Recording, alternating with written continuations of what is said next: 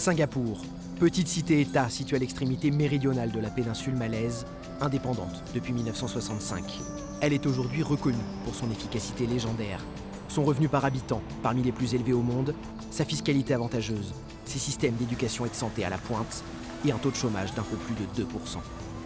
Depuis les émeutes raciales de 1964, Singapour est devenu réputé pour sa sécurité et ses rues impeccables. Ce centre financier attire les fortunes du monde entier. On y trouve le plus grand nombre de millionnaires au kilomètre carré, une véritable Suisse asiatique. En 10 ans, la ville est devenue la seconde destination favorite des Français en Asie, derrière la Chine. On estime que 15 000 Français résideraient dans la cité-État, c'est 2 fois plus qu'il y a 5 ans. Son image de ville à l'entreprise facile séduit des centaines d'Européens chaque année. Pourtant, derrière cette trop belle vitrine et cette réussite insolente, Singapour cache une réalité moins reluisante.